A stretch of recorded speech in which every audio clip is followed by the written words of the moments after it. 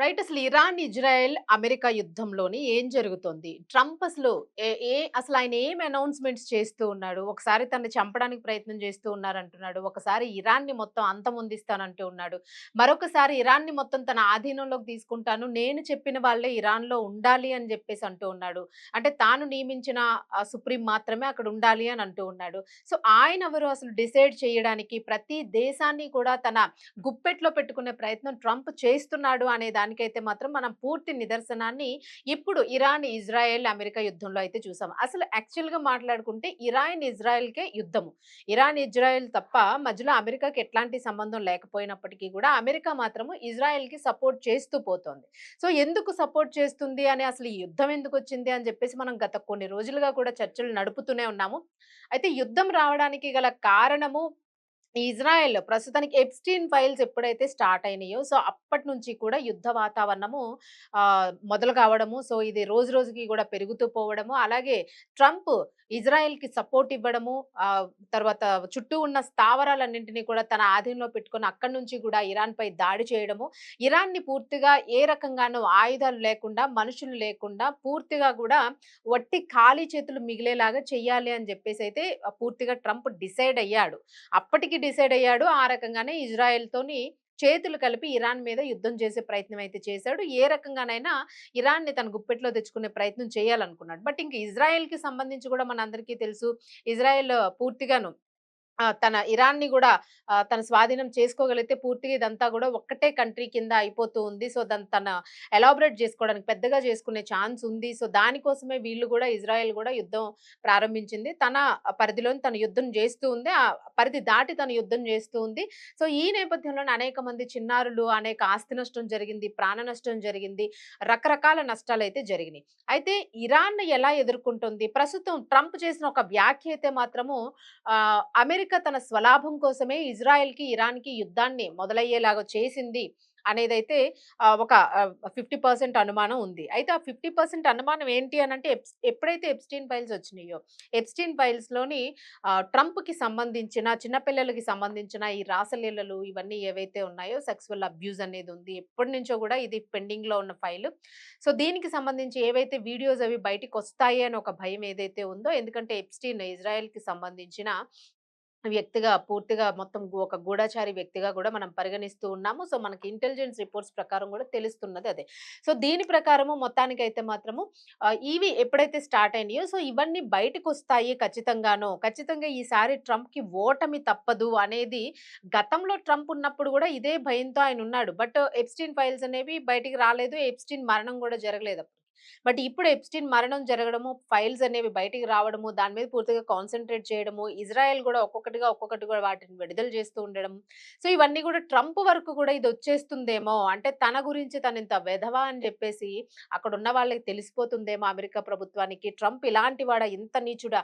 అని జెప్పేసి ఎక్కడ అనుకుంటుందో అని జెప్పేసి ఒక భయంతోని ఖచ్చితంగా ఈసారి ఓటమిని చూస్తామేమో అని భయంతోని ఇజ్రాయెల్‌ని తన గుప్పెట్లో పెట్టుకోవడానికి కూడా అంటే ఇజ్రాయెల్‌ని హెల్ప్ చేస్తూ ఇజ్రాయెల్‌ని తన వైపు నేను నీకున్నాను మొత్తం నేను సపోర్ట్ చేస్తాను. ఇరాన్‌ని దక్కించుకోవడంలోన నేనుంటాను నీకెందుకు అని జెప్పేసి ఇరాన్‌ని కంప్లీట్‌గా వీక్ చేసేసి ఇజ్రాయెల్‌కి ఇరాన్‌ని అప్పజెప్పే ప్రయత్నంలోని అలాగే అమెరికా గూడా ఆధిపత్యాన్ని చలాయించడానికి ఇప్పుడున్న సుప్రీంని తీసేసి వాళ్ళకి నచ్చిన సుప్రీంని పెట్టే ప్రయత్నంలోనే ఈ యుద్ధం మొత్తం గూడా పూర్తిగా క్లమ్జీనెస్‌నయితే తీసుకొచ్చేసాడు ట్రంప్ అనేది అందరికీ ఇప్పుడు చాలా క్లియర్ పిక్చర్ అయితే కనిపిస్తుంది. ఎందుకంటే ఇంత యుద్ధం చేస్తున్నప్పటికీ గూడా ఇరాన్ ఎక్కడా గూడా చాలా స్తబ్దుగా యుద్ధాన్ని చేస్తూ ఉంది. ఎన్ని దాడులు చేసినా గూడా వాళ్ళ దగ్గరున్న ఆయుధాల్ని గూడాను ఉన్న వరకు వాటిని వినియోగిస్తూ ఏ రకంగా ఎక్కడా గూడాను అంటే వాళ్ళకున్న మెయిన్ సోర్స్ ఏంటంటే హర్మూజ్ జలసంధి. సో, దీంతోనే ఇప్పుడు వాళ్ళు దాన్ని మాత్రం ఒక కవచంలాగా పెట్టుకొని ప్రాణ రక్షణ చేస్తూ అంటే వాళ్ళ దేశ రక్షణని చేసుకుంటున్నారనేది గూడా అనిపిస్తుంది. ఈ హర్మూజ్ జలసంధికి సంబంధించి షిప్స్‌ని విడుదల చేయడంలోని ప్రతి దేశానికి కూడా దీని అవసరం అనేది ఉంది గాబట్టి, సో, అక్కడ దాన్ని కొంచెం టాకిల్‌గా హ్యాండిల్ చేస్తూ వస్తుంది అనేదైతే అనిపిస్తుంది. మరి దీనికి సంబంధించి తాజాగా మనం చూసుకున్నాము. భారత్‌కి సంబంధించిన షిప్‌ని గూడా రిలీజ్ చేయడం జరిగింది. సో, ఇండియా తోని అంటే మనం మొన్న అనుకున్నాం ఇరాన్ షిప్‌ని ఇండియా బోర్డర్ దాటుతూ ఉంటే క్రాస్ చేస్తూ ఉంటే దాన్ని బ్లాస్ట్ చేసేసారు అని. సో, ఆ టైంలో మోదీ స్పందించలేదు అని జెప్పేసి ఇక్కడ ప్రభుత్వాలు గూడా మోదీని దుయ్యబట్టినియి. మోదీ మీద చాలా యాంటీగా పోస్టులు పెట్టారు. కానీ ఇరాన్ మాత్రము ఎక్కడా గూడా ఇంత ఉన్నా గూడా ఎక్కడా గూడా చలించలేదు. ఎలాంటి రెస్పాన్స్ గూడా ఇవ్వలేదు. అంటే మాకు సపోర్ట్ చేయలేదు మోదీ, ఇండియా మాకు సపోర్ట్ చేయలేదు అని జెప్పేసి ఎక్కడా గూడా అనలేదు. అలా స్తబ్దుగానే ఉంది. తన పని తను చేసుకుంటూ పోతుంది. ఇజ్రాయెల్, అమెరికా కలిసి ఎంత దాడి చేస్తున్నా గూడా వాళ్ళ పని వాళ్ళు చేసుకుంటూ వెళ్తూనే ఉన్నారు. అది గూడా చాలా నిదానంగా, చాలా టెక్నికల్‌గా జాగ్రత్త పడుతూ చేస్తూ ఉన్నారు. But at the same time ఇలాంటి సంబంధము చైనాకు గూడా ఆయిల్ వెళ్తూ ఉంది. చైనాతో గూడా మంచి సంబంధం ఉంది. ఇక రష్యా సంగతి మనకు తెలిసిందే. సో, మొత్తానికైతే మాత్రము ఇప్పుడు ప్రస్తుతం ఏంటి అనంటే ఇరాన్ ఒక వార్నింగ్ ఇచ్చినట్లుగా కనిపిస్తుంది. 3 షరతులకి సంబంధించి కొన్ని రకాల 3 అనంటే ఇంచుమించుగా చాలా డిస్కషన్ జరిగినాయి. బట్ ఇందులోని కొన్ని షరతులకి సంబంధించి అమెరికాకి మాత్రం ఒక వార్నింగ్ ఇచ్చినట్లుగా ఇక్కడ కనిపిస్తుంది. అలాగే హర్ముజ్ జలసంధి లోని నౌక రవాణాకు తీవ్ర అంతరాయం ఏర్పడడంతోని ఫలితంగా షిప్పింగ్ రవాణాకైతే పూర్తిగా అంతరాయమే కలుగుతుంది. ప్రతి ఒక్కళ్ళకి గూడా ఆ కెనాల్ నుంచి వెళ్ళడం అనేది అక్కడ స్టాప్ చేసేయడం వల్ల ఎవరికీ గూడా ఇప్పుడు అందుకే గదా! మనకి ఆయిల్ ధరలు పెరిగినియి, గ్యాస్ ధరలు పెరిగినియి అనేదంతా మనం వింటూ ఉన్నాము. పెరిగినియి గూడాను. ప్రస్తుతానికి మనకి షిప్ రిలీజ్ అయిపోయింది గాబట్టి, ఇప్పుడు ఎలాంటి ఇష్యూ వచ్చే ఛాన్స్ లేదు. కొంచెం ఇప్పటికి మనకి భారతదేశంలో మాత్రము ఆహ్, ఎలాంటి ఇబ్బంది రాలేదు. దేని మీద గూడా రేట్లు పెంచినట్టుగా లేదు. గ్యాస్ గాని, అలాగే డీజిల్, పెట్రోల్ గాని ఇవన్నీ కూడా. ఆయిల్ పరంగానే. ఎందుకంటే ఆల్రెడీ నిల్వలున్నాయి. అండ్ మన షిప్స్ గూడా వస్తూ ఉన్నాయి. ఇరాన్ మన మీద ఎలాంటి ఆహ్, కోపం గాని, ఎలాంటి పగని గాని తను అసలు పెంచుకోలేదు. అసలు ఏది గూడా తను ప్రదర్శించడం లేదు. సో, దాన్ని కూడా రిలీజ్ చేసింది. ఎందుకంటే అసలు యాక్చువల్‌గా ప్రతీకారం పెట్టుకోవాలి. మన బోర్డర్ దాటంగానే పేల్చేశారు. అది మన బోర్డర్‌లో లేనప్పటికీ కూడా ఇంచుమించుగా దరిదాపులు దాటంగానే పేల్చారు. మన దేశం కోసం అదొచ్చింది కాబట్టి రెస్పాండ్ అవ్వలేదు అన్నది ఉంది కాబట్టి అయినా గూడా వాళ్ళు ఎలాగూ స్పందించలేదు. బట్ ఇప్పుడు కాదు అసలు ఇరాన్‌కి, భారతదేశానికి గూడా చాలా కొన్ని వేల ఏళ్ల క్రితం నుంచి గూడా ఒక అవినాభావ సంబంధం ఉంది. ఈవెన్ హైదరాబాద్, తెలంగాణ రాష్ట్రానికి గూడా కొన్ని కట్టడాలకు సంబంధించి గూడా ఇరాన్ హిస్టరీలోని ఇరాన్ పాత్ర గూడా ఉంది. సో, ఇవన్నీ మనం తర్వాత డిస్కస్ చేద్దాము. కొంతమంది నిపుణుల ద్వారా ఈ డీటెయిల్స్ అన్నీ గూడా ఇచ్చే ప్రయత్నం చేస్తాం. సో, ప్రస్తుతం అయితే మాత్రము చమురు ధరలు ఆకాశాన్ని తాకుతూనే ఉన్నాయి. అండ్ అమెరికాలో గూడా ఓవరాల్‌గా చమురుకి సంబంధించిన రేట్స్ అన్నీ గూడా పెరిగిపోయినాయి. ఎందుకంటే షిప్స్ గూడా వాళ్ళవి గూడా ప్రాబ్లమ్‌లోనే ఉన్నాయి గాబట్టి. సో, ప్రపంచంలో అతిపెద్ద చమురు ఉత్పత్తిగా అమెరికా అయితే ఎదిగిందనే జెప్పుకోవాలి ఒకప్పుడు. బట్ ఇప్పుడు ధరలు పెరగడం వలన రేట్స్ ఏవైతే పెరిగినాయో, ఈ రేట్స్ పెరగడం వలన మనకి డబ్బులెక్కువొస్తాయి అని జెప్పేసి ట్రంప్ చెప్తున్నాడంట. అంటే దీన్ని పిచ్చి ప్రలాపన అని అనుకుంటారా? లేకపోతే తెలిసి మాట్లాడుతున్నాడా? నిజంగానే ప్రపంచం మొత్తం అనుకుంటున్నట్లుగా ట్రంప్‌కి మెంటల్ స్టేబిలిటీ పూర్తిగా దెబ్బతినేసిందా? అని జెప్పేసి గూడా చాలా మందికి అనుమానాలొస్తూ ఉన్నాయి. అంటే మెంటల్‌గా ఏదైనా ట్రంప్‌కి ఏదైనా ఆహ్, గతంలో ఏదైనా బ్రెయిన్‌కి ఏదైనా ప్రాబ్లమ్ ఉండిండిందా? సో, అందుకు ఇలా బిహేవ్ చేస్తూ ఉంటాడు. ఎందుకంటే నిమిషానికి ఒకలాగా ప్లేట్ ఫిరాయించేస్తూ ఉంటాడు. అసలు ఆయన ఏం చేస్తున్నాడో ఎవరికీ అర్థం కాదు. ఆయన కన్‌ఫ్యూజ్ అవుతూ ప్రపంచాన్ని కన్‌ఫ్యూజ్ చేస్తూ ఉంటాడు. సో, ప్రతి ఒక్కరిని కూడా తన గుప్పిట్లో పెట్టుకోవాలి అని చెప్పేసి ఎవరైనా ఇప్పుడు మనం ఉన్నామనంటే మన దేశం వరకు మనం గుప్పెట్లో పెట్టుకుంటాం. మన దేశం మనం చెప్పినట్టు రాజ్యాంగం చెప్పినట్టు వింటూ ఉంటుంది. అలాగే మనకు ఐక్యరాజ్య సమితి ఒక చట్టం అంటూ ఉంది. కొన్ని రూల్స్ అంటూ ఉన్నాయి. బట్ ఇవన్నింటిని కూడా క్రాస్ చేసేస్తూ ఉంది. అది కాదు అని చెప్పినా గూడా క్రాస్ చేస్తూ ఉన్నాడు. బట్ ఇప్పుడు మాత్రము ఇరాన్ నిజంగానే చిన్నది దెబ్బ కొడదాము అని జెప్పేసి ఏదైతే చులకన భావంతోని తక్కువ జేసి, చాలా తక్కువ అంచనా వేశాడో, బట్ అది ఇప్పుడు మాత్రము మనం ఒక కథ ఉంటుంది మనకి. ఒక తాబేలు, కుందేలుకి సంబంధించిన స్టోరీ వింటూ ఉంటాం మనం. సో, తాబేలు మెల్లగా నడుస్తుంది. కుందేలు స్పీడ్‌గా పరిగెడుతుంది. బట్ అల్టిమేట్‌గా చేరుకునేది తాబేలే చేరుకుంటుంది. సో, అలా మనం ఏదైతే తక్కువ అంచనా వేస్తామో ఎందుకు పనికిరాదు అని జెప్పేసి సో, అలాంటిది తిరగబడితే అంటే లైక్ మనం పిల్లినైనా సరే లోపలుంచి బంధించితే అది ఏం చేస్తుందనేది అందరికీ తెలుసు. సో, ఇట్లాగ ఇప్పుడు ఇరాన్ పరిస్థితి. ఉంది గదా! అని దెబ్బ కొడుతూ పోతూ ఉంటే మాత్రం ఒక్కసారి రివర్స్ అయ్యి ఎక్కడ ఎట్లా కొట్టాలనేది గట్టిగా కొట్టి తేల్చుకుంటుంది ఇరాను అనేది మనకిక్కడ కనిపిస్తుంది. అంటే ఇరాన్ అనే గాదు చిన్న దేశమే గదా! ఏమీ చేయలేదనంటే ఎవరి సత్తా వాళ్ళకుంటుంది. ఎవరి స్టేబిలిటీ ఇది వాళ్ళకుంటూ ఉంటుంది. సో, ఓవరాల్‌గా చూసుకుంటే ఇక్కడేంటంటే ట్రంప్ చేసే వ్యాఖ్యలు ఈవేళ మనం పూర్తిగా మాట్లాడుకునేదేంటంటే, ఇప్పుడు ప్రస్తుతము ఈ యుద్ధం వలన పూర్తిగా మనకి ప్రాబ్లమ్ వచ్చిందేంటంటే, చమురు అలాగే గ్యాస్‌కి సంబంధించిన ఇష్యూ. సో, ఇదంతా గూడా మనకి వాణిజ్య పరంగా, ఎకనామికల్ పరంగా, మన ఫైనాన్షియల్ స్టాటస్ మీద పూర్తిగా దెబ్బ పడే అవకాశం అయితే ఉంటుంది. ఇప్పుడు కాకపోయినా రాను రాను కొంచెం ఇవన్నీ మళ్ళా సెటిల్ డౌన్ అవ్వడానికి చాలా టైం పట్టే ఛాన్స్ ఉంటుంది. బట్ ఇలాంటి డిస్టర్బెన్స్‌ని మొత్తానికి దేశాలన్నింటిని గూడా కుదిపేసేలాగా వాటిలన్నింటికి గూడా ఒక మెంటల్ స్ట్రెస్‌ని తీసుకొచ్చాడు ట్రంప్. అంటే పూర్తిగా ట్రంప్‌కే అసలు మెంటల్ స్టేబిలిటీ లేదన్నది చాలా క్లియర్ కట్‌గా ఇక్కడ అర్థమవుతుంది అని చాలామంది నిపుణులైతే హెచ్చరిస్తున్న పరిస్థితి అయితే కనిపిస్తుంది. సో, ఇప్పుడు పిచ్చిగాను $100 కంటే ఎక్కువ ధర పెరగడంతోని చమురు అది చాలా లాభం మనకి మనం ఇప్పుడు చాలా అమెరికా ఇప్పుడు పూర్తిగా కూడా ధర పెరగడం వలన పూర్తిగా లాభం పెరుగుతుంది మనకి. ఇది మనకు చాలా ప్రయోజనం చేకూర్చుంది అని చేశాడు వ్యాఖ్యలు. సో, ఇదేంటంటే ఇలాంటి వ్యాఖ్యలు చేయడం వలన ఎక్కువ డబ్బొస్తుందని చెప్తున్నాడు.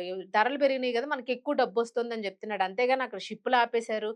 షిప్స్ అక్కడ ఇరాన్ జలసంధి మూసుకుపోయింది. మూసేశాడు. అక్కడ నీకు ఆహ్, ఆహ్, ఇంపోర్ట్ అండ్ ఎక్స్‌పోర్ట్ అనేది లేదు. అలాగే ఇష్టం వచ్చినట్టు ఆయుధాలని మొత్తం అన్నింటిని వాడేస్తూ ఉంటే లోకల్‌గా నీ ప్రజల్ని నువ్వు ఇబ్బంది పెట్టుకుంటున్నావు అనే కనీస జ్ఞానం కూడా ట్రంప్‌కి లేదు. ధరలు పెంచడం వల్ల డబ్బొస్తోందని చెప్తున్నాడు. అంటే ప్రజలు ఎంత వెర్రివాళ్ళని చేసేసాడు అనేది కూడా ఇక్కడ అర్థమవుతూ ఉంది. అయితే ప్రపంచాన్ని అణుముప్పు నుంచి కాపాడటం తన తొలి కర్తవ్యమని చెప్తూ ఉన్నాడు. అసలు అణుబాంబులు ఎవరేస్తారు? అణుముప్పు ఎవరికి పొంచి ఉంది? అసలు ఇరాన్ దగ్గర ఆయుధాలకి సంబంధించి, ఉత్పత్తికి సంబంధించిన యురేనియం నిల్వలే లేవు అని జెప్పేసి ఇప్పటికి గూడా రిపోర్ట్స్ ఉన్నాయి. ఇంటెలిజెన్స్ గూడా చెప్తూ ఉంది. కానీ ఈయన వాదన మాత్రము తను పట్టుకున్న కాళ్ళ కుందేలుకి 10 కాళ్ళు, 6 కాళ్ళు అని ఆయన ఎంత అనుకుంటాడో అంతే చెప్తూ ఉంటాడు. బట్ జనాలైతే అంత వినే పనిలో లేరు. ప్రతి ఒక్కరికి గూడా ఇప్పుడు కొంత నాలెడ్జ్ వచ్చింది. అలాగే కొన్ని వారాల క్రితమే చెప్పాడు ట్రంప్. ఆ ప్రసంగంలో తక్కువ పెట్రోల్ ధరలు అని జెప్పేసి హైలైట్ చేయడం జరిగింది. అలాగే గ్యాలన్‌కి 2.30 డాలర్స్ ఉందని జెప్పేసి అన్నాడు. సో, అంటే అప్పుడు నేటి వరకు ఉన్న మార్కెట్ ధర దాదాపు 50% పైగా పెరిగింది. ఇప్పుడు 50% పూర్తిగా అప్పుడు ఆయన ఏదైతే తక్కువ ఉందని జెప్పాడో, ఇప్పుడు 50% పెరిగిపోయి 100కెళ్ళిపోయిందనమాట. సో, పెరుగుతున్న ఇంధన ధరలపై ఆయన మళ్ళా మనసు మార్చుకున్నట్లు అంతర్జాతీయ నిపుణులైతే చెప్తూ ఉన్నారు. ఓ పక్క ధరలు, మరోవైపు చమురు ట్యాంకర్‌లో హర్మూజ్ జలసంధిలో చిక్కుకుపోయిన నేపథ్యంలోని కష్టమని భావించిన తరుణంలో ఆయన ఏదైతే చెప్తూ ఉన్నాడో ఆయన టోన్ మొత్తం మార్చేసాడు. యూ టర్న్ తీసుకున్నాడనేదైతే ఇక్కడ కొన్ని వార్తలు వినిపిస్తూ ఉన్నాయి. సో, ఈ జరుగుతున్న పరిణామాల నేపథ్యంలోనైతే మాత్రం ఈ ఏడాది, ఈ సంవత్సరం చివరికి మొత్తానికి చమురు బ్యారెల్‌కి సగటున $71 ఉంటుందని ఇన్వెస్ట్‌మెంట్ బ్యాంక్ విశ్లేషకులైతే అంచనా వేస్తూ ఉన్నారు. So, west talks intermediate WTI అయితే మాత్రం అదే కాలంలో బ్యారెల్‌కి సగటున $67 ఉండొచ్చని జెప్పేసి లెక్క చెప్తూ ఉన్నారు. సో, బ్రెంట్ క్రూడ్ మనం తీసుకుంటే అంటే బ్యారెల్‌కి $100.36 వద్ద ట్రేడ్ అవుతుంది అని జెప్తూ ఉన్నారు. మొత్తానికి ఏది ఏమైనా గూడా ట్రంప్ తన స్వలాభం కోసం ఇదంతా చేశాడు. ప్రస్తుతానికి ప్రజల్ని మభ్యపెట్టే ప్రయత్నం చేస్తూ ఉన్నాడు. సో, మనకు చాలా డబ్బొచ్చేస్తుంది ఈ ఆయిల్ వలన. ఇరాన్ మీద యుద్ధం చేయడం మనకు చాలా మంచిదయింది అని చెప్తూ ఉన్నాడు. సో, తన దేశంలో తానే రేట్లు పెంచుకొని తనకే లాభం వస్తుంది అనంటే ఇంకా దాన్ని మనం ఎలా చెప్పాలో దాన్ని అభివర్ణించడానికి ట్రంప్ మైండ్ సెట్‌ని అభివర్ణించడానికి గూడా మనకసలు మాటలు అందడం లేదు. సో, అది పరిస్థితి. మొత్తానికి ట్రంప్ మైండ్ అయితే పోయింది అని జెప్పేసి ట్రంప్ మైండ్ మొత్తం మన ఆ పదాలు వాడకూడదు అని జెప్పేసి అంటూ ఉన్నారు. సో, నిజంగానే ఒకవేళ అంటే బ్రెయిన్ స్ట్రోక్ వచ్చినోళ్ళకైతే ఇట్లాగా మర్చిపోతూ ఉంటారు. పూర్తిగా వాళ్ళకి ఏమీ తెలీదు. ఏమేమో జేస్తూ ఉంటారు. జ్ఞాపక శక్తి కోల్పోతూ ఉంటారు. సో, మరి ఇలాంటి దగ్గర దగ్గర ఈ టైప్ కండిషన్స్‌లో ఏమైనా ఉన్నాడా ట్రంప్ అని గూడా చాలామంది హెల్త్ వైస్ ఏదైనా ప్రాబ్లమ్ ఉందా అని గూడా ఆలోచిస్తూ ఉన్నారు. సో, అది ప్రస్తుతానికి ఉన్న లేటెస్ట్ అప్‌డేటు. బట్ భారతదేశానికి మాత్రం ప్రస్తుతం రేట్లు పెరగలేదు. అందరూ గూడా కాస్త స్థిమితంగా ఉండొచ్చు. బట్ ఇన్ కేస్ ఏమైనా ముందరకేమైనా మనం ఈ క్రైసిస్‌ని అధిగమించడానికి ఏమైనా పెంచే ఛాన్స్ ఒకవేళ ఉన్నట్లయితే మాత్రము అది ముందరే మనకి కేంద్రం చెప్తుంది. అండ్ ప్రతి ఒక్కరు గూడా నిల్వలు జాగ్రత్త పెట్టుకొని, మనం కేంద్రానికి కొంత సపోర్ట్ చేయాలి. ప్రభుత్వానికి గూడా మనం అండగా ఉండాలి గాబట్టి, ప్రతి ఒక్కరు కొంత ఎంత వాడాలో అంతే వాడుకుంటే బావుంటుంది అనేది విశ్లేషకులు చెప్తున్న వార్త. అండ్ మనకు గూడా కొంత నాలెడ్జ్ ఉంది. సో, ఈ టైంలోనే మనం గవర్నమెంట్‌కి గూడా హెల్ప్‌గా ఉండాల్సిన అవసరం అయితే ఉంది. సో, ఇది ఇరాన్, ఇజ్రాయెల్ అండ్ అమెరికాకి సంబంధించిన అప్డేట్. అలాగే ఇండియాకి సంబంధించి కూడాను. మరిన్ని లేటెస్ట్ అప్డేట్స్ కోసం చూస్తూనే ఉండండి రెడ్ టీవీ.